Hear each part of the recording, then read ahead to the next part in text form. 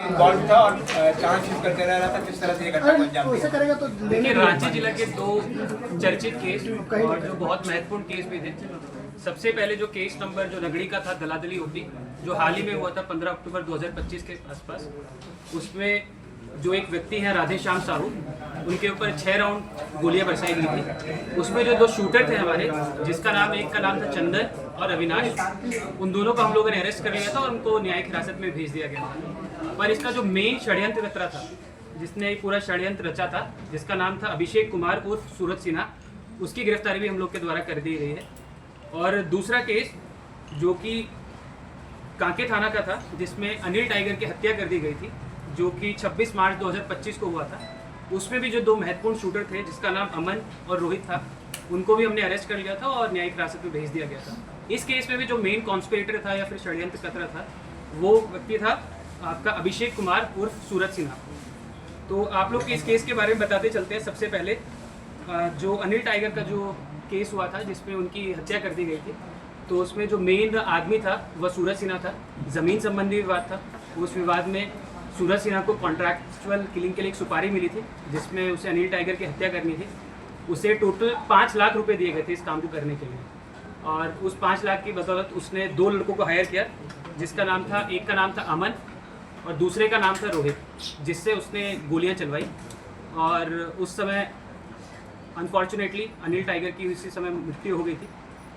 और दूसरा केस है आपका राधे श्याम साहू, जो हाल ही में हुआ था 15 अक्टूबर 2025 में।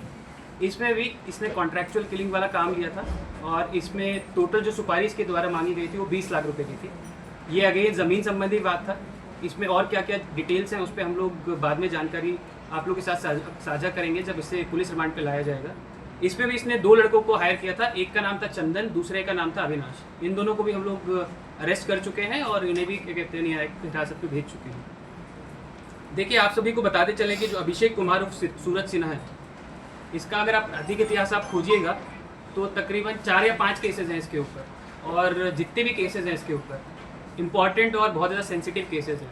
सबसे पहला जो उसने अपना कांड किया था, जब ये सिर्फ महज 22 साल का था, एक व्यक्ति की हत्या कर दी गई थी। जीआरपी में एक केस दर्ज हुआ था बोकारो में। तो महज 22 साल की उम्र में इसने एक अपना सबसे पहला हत्या किया था। उसके बाद जितने भी आर्म्स एक्ट के केसेस हैं और हत्या के केसेस हैं, उन सब में इसकी संलिप्तता रही है। तो एक तरह से देखा जाए तो 3 ऐसे केसेस हैं जिसमें इसने हत्या का कहीं ना कहीं पे जिम्मा लिया है, कहीं पे ये रहकी करता था, कई ऐसे कांड हैं जहाँ पे इसने खुद गोली चलाई है। तो इसका पकड़ाया जाना रांची पुलिस के लिए काफ़ी समय से सरदर्द बना हुआ था। और आप लोग को बताते भी चले कि इसने ओपन चैलेंज किया था, जो कि हमें काफ़ी माध्यम से पता चला था कि रांची पुलिस हमको पकड़ के दिखाए। और इस क्योंकि काफ़ी गंभीर मामला था, तो इसको देखते हुए वरीय पुलिस अधीक्षक महोदय द्वारा तकरीबन 5 या 6 महीने से इसको लेके हम लोग 3 या 4 स्टेट्स में छापेमारी कर रहे थे। वेस्ट बंगाल हो गया, यूपी हो गया, बिहार हो गया, उड़ीसा हो गया। तो इसके बारे में हमें जानकारी कहीं ना कहीं पे कुछ ना कुछ मिलती रहती थी। हाल ही में एक जानकारी हमें पता चली कि ये वेस्ट बंगाल में कलकत्ता के आसपास कहीं पे रह रहा है, और इसने अपना नाम बदल लिया था। इसने जिस नाम से वहाँ पे रह रहा था, इसका नाम था राजीव कुमार, और ये पिछले 6 या 8 महीने से वहाँ पे रह रहा था, और वहाँ के लोगों से घुल मिल गया था, और वहाँ पे छोटा मोटा काम करता था दुकान वगैरह का, और वहाँ पे किसी व्यक्ति को कोई आइडिया नहीं था कि ये आदमी है क्या। और इसकी सूचना वरीय पुलिस अधीक्षक महोदय को मिली थी गोपनीय रूप से, किसी माध्यम से। उसी टाइम पे जो हमारी कलकत्ता के आसपास ऑलरेडी टीम थी जो छापामारी वहाँ पे कर रही थी, वह वहाँ पर पहुँची और पूछताछ के लिए फिर इसे हिरासत में लिया गया हम लोग के द्वारा। और जब हम लोगों ने गहनता से इससे पूछताछ की है, तो जितने भी अपराध इसके द्वारा किए गए हैं दोनों केसेस में, जो अनिल टाइगर की हत्या का मामला था उसमें भी, और दूसरा राधे श्याम साहू के ऊपर जो अभी गोली चलाई गई थी उसमें भी, इसने अपने जुल्म को स्वीकार किया है। एक चीज़ और बताएंगे, इसका जो इतना कॉन्फिडेंट रहता था ये कि हमको पुलिस नहीं पकड़ सकती है, इसका रीज़न मेन ये था कि इसको लगता था कि हम फ़ोन यूज़ नहीं करते हैं, और जितने भी प्रतिबंधित ऐप हैं, जैसे मान लीजिए जांगी ऐप है या फिर और कोई ऐप हो गया, उसका प्रयोग ये करता था। और ये खुद का फ़ोन इस्तेमाल ना करके किसी भी राहगीर का फ़ोन ले लेता था, उस पर कोई एप्लीकेशन इंस्टॉल करता था या उसे कॉन्फिडेंस में ले लेता था, और उसका फ़ोन यूज़ करके किसी को भी डराना, धमकाना, कॉन्ट्रैक्चुअल किलिंग का काम ले लेना, इस तरीके से ऑपरेट करता था। और हम आप लोग को बताते चले कि जो दोनों केसेस हैं, हम लोग के पास में इनफ एविडेंस है, टेक्निकल एविडेंस भी है, फिजिकल एविडेंस भी है, और हम लोग इसको स्पीडी ट्रायल के लिए इस पे हम लोग पूरा पुश करेंगे और कड़ी से कड़ी इसको सज़ा दिलवाने का पूरा प्रयास करेंगे। इसके अलावा हम 24 घंटे के अंतराल में लिमिटेड पूछताछ इससे अभी तक कर पाए हैं। हम लोग का प्लान है कि इसे पुलिस रिमांड पर भी लिया जाए और इससे और पूछताछ की जाए कि इसके सहयोगी कौन है जो रांची में है या फिर आसपास जिला में है, जिन पर हमें निगरानी रखने की आवश्यकता है या फिर उन पर कार्रवाई करने की आवश्यकता है। तो इसको कॉन्ट्रैक्ट किसने दिया था? साहू वाले मामले में भी अनिल टाइगर वाले मामले में? देखिए अनिल कॉन्ट्रैक्ट दिया होगा, पैसे दिए होंगे।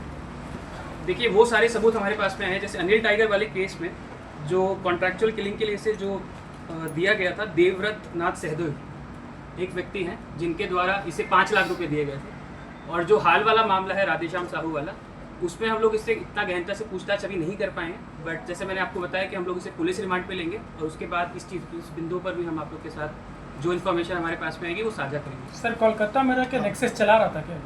देखिए हाँ, कोलकाता में रहकर भी एक्टिव था, पर हमेशा ये एलिबाई ले लेता था कि हम जहाँ पे घटना हो रही है वहाँ पे उस घटना स्थल पर नहीं है।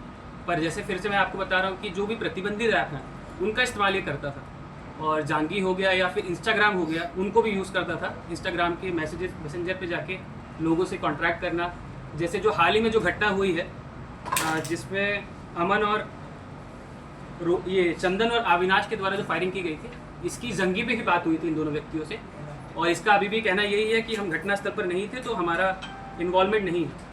परंतु इसके अलावा हमारे पास में टेक्निकल एविडेंसेस हैं जिससे हम प्रूव कर सकते हैं कोर्ट में भी कि ये किसी न किसी रूप में इस घटना में इन्वॉल्व है। से दोबारा से एक्टिव हुआ था क्या ये 2 घटना के बाद जंगी ऐप का इस्तेमाल करने को लेकर के? फिर किसी तरह से भी रांची में कोई और घटना करने को लेकर के एक्टिविटी दिखी थी क्या? देखिए अभी तक जितना हम लोग टेक्निकली थोड़ा एग्जामिन कर पाए हैं उसमें डेफिनेटली इसका कहीं ना कहीं पे इन्वॉल्वमेंट है, और अगर ये पकड़ाया नहीं जाता तो कोई भी अप्रिय घटना सिर्फ रांची जिला ही नहीं, सीमावर्ती जिलाओं में भी कहीं पर भी कर सकता था।